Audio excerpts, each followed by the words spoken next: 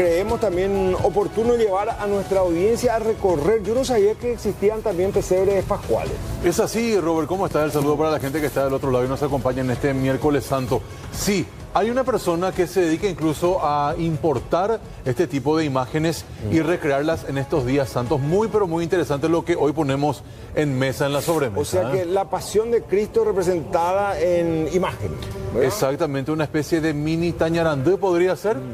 Y él es un coleccionista de arte sacro y recorrió toda Europa. O sea que sorprende, nuestro compañero Rodrigo está justamente para hacer ese recorrido de rigor con él en Zona de Lambaré. Hola Rodrigo, ¿cómo estás? Buenas tardes compañeros, y es así, bastante llamativa esta colección que tiene aquí Mario, porque es una representación bastante interesante de la pasión de Cristo justamente en estos días santos. Nos situamos en estos momentos en la ciudad de Lambaré, pero las gráficas que tiene esta cuestión minimalista, estos detalles, este trabajo minucioso en el que me comentaba, el que más o menos le duró, uno de ellos fue 2 meses, pero es un trabajo bastante complejo que, bueno, evidentemente tienen que tener una paciencia bastante evidente en ese sentido. Y Mario, comentame sobre esta cuestión. Yo ya me quedé impactado con el tema de Judas, pero cada una de estas representaciones, ¿quién nos puedes comentar? Buenas tardes, Mario. Buenas tardes, ¿qué tal? ¿Cómo están? Muchas gracias por la oportunidad de compartir esto que realmente me apasiona, que es el montar los pesebres. Yo me considero una persona pesebrista o también belenista. Somos las personas que nos dedicamos a la elaboración de pesebres. Y hay 2 tipos de pesebres que se montan durante el año. El más conocido es el de Navidad, pero hay uno que no es muy conocido, que es que es el pesebre pascual o pesebre de Semana Santa, que es una representación de las últimas horas o los últimos momentos de Jesús en la tierra durante su pasión, muerte y resurrección. Como habías mencionado, la elaboración de este pesebre al menos lleva su tiempo. Este año me llevó 3 semanas, alrededor de 3 semanas poder montar, porque es empezar todo de nuevo. Cuando digo todo de nuevo, es desmontar lo que fue el pesebre de Navidad, guardar las edificaciones, las figuras, y la base que vemos es de isopor. Esta base, por ejemplo, ya no se puede volver a utilizar, entonces ya se tira. Entonces volver a comprar el isopor, pintar, echarle la arena e ir colocando las imágenes en el lugar la figura en el lugar que le corresponde. El pesebre tiene una dimensión de 4 metros y se divide en 2 partes. La primera parte que vemos que empieza desde el Domingo de Ramos hasta la resurrección de Jesús. Hagamos ese recorrido, Mario. Vayamos estación por estación como para que la gente también pueda observar, visualizar y ver este trabajo maravilloso y minucioso que, realizaste. Vayamos por parte. ¿Qué estamos viendo en imagen? Esta primera parte tenemos la entrada de Jesús a Jerusalén. Ahí vemos a Jesús montado sobre un burro. A sus costados vemos a las personas que los reciben con palmas. Hay alfombras porque así lo describe la Biblia. Al principio tenemos como una fuente de la fuente de Jerusalén, para hacer una representación también del sentido religioso, que Jesús es la fuente de vida, como es el agua. Al costado, atrás de la imagen del Domingo de Ramos, vemos a Jesús en el huerto de Getsemaní, en el huerto de los olivos. Vemos ahí que está orando, que se le aparece el ángel para consolarle. Más atrás se ven a sus discípulos que están durmiendo. Y ¿los romanos están atrás? Sí, son los soldados que, según la Biblia, acompañan a Judas en el huerto de Getsemaní para arrestar a Jesús. En esta primera casita sería la casa de Caifás, o la casa de su suegra Anás. Después de la aprehensión de Jesús en el huerto, se lo lleva a la casa de Anás, donde se le hace el juicio por parte de los sacerdotes, donde le encuentran culpable por blasfemia, porque Jesús se declaró hijo de Dios y para los judíos eso era una blasfemia. Vemos ahí un pequeño patio En ese patio está Pedro y hay 3 personas. Son las 3 personas que le interrogaron a Pedro que él era conocido o discípulo de Jesús. Entonces Pedro, como dice la Biblia, negó 3 veces a Jesús. Y al fondo se ve el gallo que es el que canta cuando Pedro niega por tercera vez. Un detalle no menor. Exactamente, tiene todos esos detalles. Y luego vemos acá esta parte un poco de lo que es la vida cotidiana en esa parte. Vemos acá como un pequeño mercado y vemos a 2 hombres, bueno, uno sería el propietario de ese puesto y el otro sería uno de los discípulos de Jesús, porque cada día de la Semana Santa, no solamente el Jueves Santo, Viernes Santo, ni hasta el Domingo de Pascua, tienen una reflexión diaria, una reflexión del día. Hoy, por ejemplo, Miércoles Santo se recuerda cuando Judas va y ya termina la negociación con los representantes del Sanedrín judío y ellos le entregan las monedas de plata. Y también se recuerda que Jesús mandó a sus discípulos a preparar la cena de Pascua. Entonces sería ahí los discípulos que ya vienen a comprar todo lo que van a utilizar para la cena. Arriba de esa casa tenemos ya la última cena, Jesús con sus discípulos. Abajo tenemos el lavatorio de pies, que primero Jesús lavó los pies de sus discípulos y luego cenaron. En esta casa sería la escena del lunes santo, que se conoce también como lunes de unción, que Jesús fue a Betania, a la casa de su amigo Lázaro, y es ahí que María, la hermana de Lázaro, unge los pies de Jesús con perfume de nardo, que representa ya lo que es el rito de su sepultura. Y abajo es donde vemos en esa casita a Judas con su bolsita, con su morral de monedas. De plata, exactamente. Y acá vemos el juicio de Jesús ante Pilatos. Por un lado vemos a Jesús y por el otro está Barrabás. Y está ya la especie de fuente con la jarra que Pilato utilizó para lavarse las manos y declararse inocente ante la muerte de Jesús, por la muerte de Jesús. Y vemos ahí el pueblo que pide la crucifixión de Jesús. Acá ya vemos a Jesús llevando la cruz y tenemos la imagen de, por más de que no aparece en la Biblia, ¿verdad? Es una tradición oral de la Verónica, que es que cuando Jesús lleva la cruz, ella se aparece y le seca el rostro y se queda impregnado en ese pedazo de tela el rostro de Jesús. Y en el fondo vemos ya a Judas colgado a sus pies, si se puede ver, es chiquitito nomás, pero se ve la bolsa con las monedas de plata desparramadas. Y arriba tenemos ya la crucifixión de Jesús. A sus costados están los 2 ladrones, el buen ladrón y el mal ladrón, como describe la Biblia. Y tenemos a sus pies a su madre, la Virgen María, María Magdalena, Juan el discípulo amado, y tenemos al centurión que después de la muerte de Jesús, para cerciorarse que realmente estaba muerto, le traspasó el costado con su lanza. Y abajo ya tenemos lo que es la resurrección de Jesús con María Magdalena y los apóstoles que fueron los primeros testigos de esa resurrección. Vemos que hay como flores y una especie de huerta, porque la descripción decía que era un huerto. Un huerto sería como una mezcla de jardín con huerta.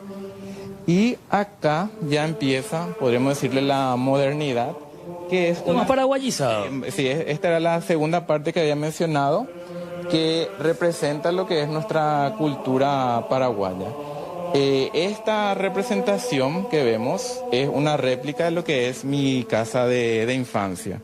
Entonces acá no solamente muestra nuestras costumbres paraguayas, sino la tradición familiar en mi familia.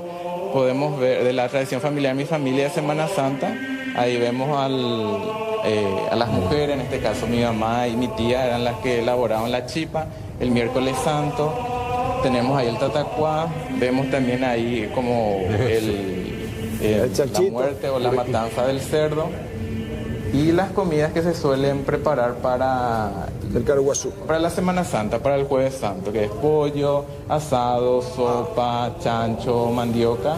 Rodrigo. En el fondo se ven ya ciertas costumbres del campo. Te escucho.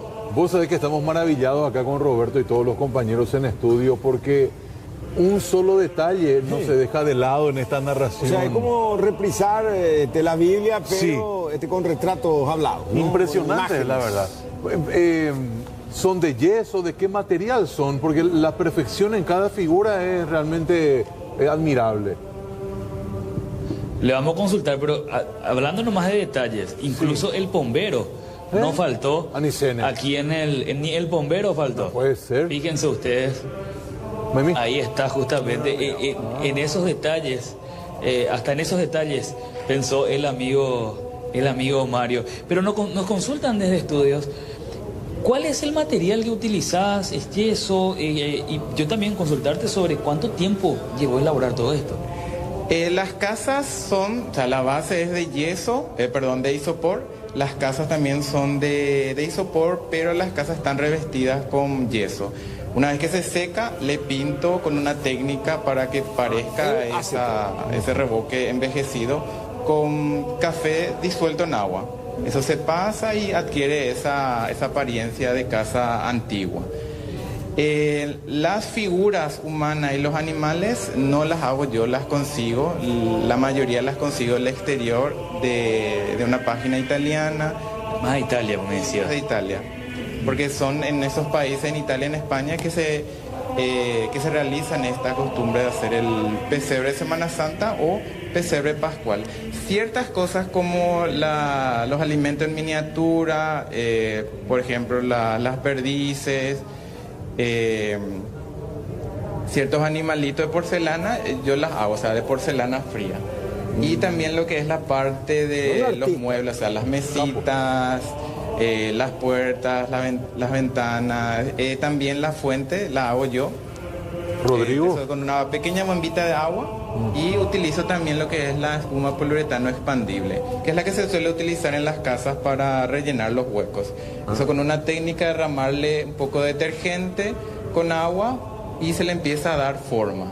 Te escucho. Vos sabés que la gente escribe mucho al WhatsApp y pregunta si esta es una exposición abierta o es algo privado al cual la gente no puede tener acceso mucho más allá de nuestras pantallas. Preguntan, hay mensajes que están llegando justamente lo que yo te preguntaba antes de entrar al aire, sobre esta cuestión. La gente es abierta al público, ¿cómo la gente puede hacer para observar? Porque bueno, la gente está interesada ya que quedan maravillados con semejante arte. Y de momento no está abierta al público, es para familiares y amigos. Lo que suelen hacer son, o sea, mis amigos conocidos me preguntan en qué momento estoy porque casi no suelo estar en casa por el trabajo y le digo la disponibilidad, entonces agendamos ya esa hora para que vengan a ver. Justamente hoy ya tengo concertada una visita que sería por la tarde. Te escucho. ¿Y esto queda durante todo el año o él tiene que desarmar después de la Semana Santa, guardar las piezas? ¿Cómo lo hace? Esto, ¿vos lo mantenés durante todo el año? ¿Desarmás en algún momento? ¿Cómo es eso?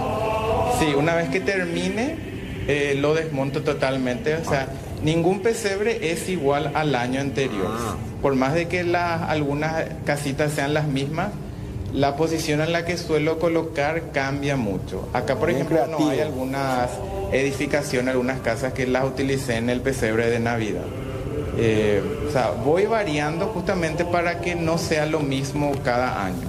Okay. Una vez que esto termine, lo desmonto, guardo todas las figuras en cajas. ¿Cuántas piezas? Yo tengo un ropero enorme que es solamente para guardar todo esto. Y hay muchas figuras que no pude colocar. Ay, más piezas. Y yo creo que son actualmente más de 400 piezas.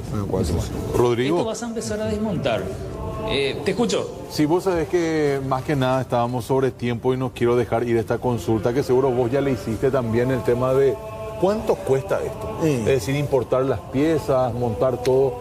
Es una pasión bastante cara esta que él lleva por dentro y que patenta de esta forma. ¿Cuánto cuesta montar todo esto, Mario?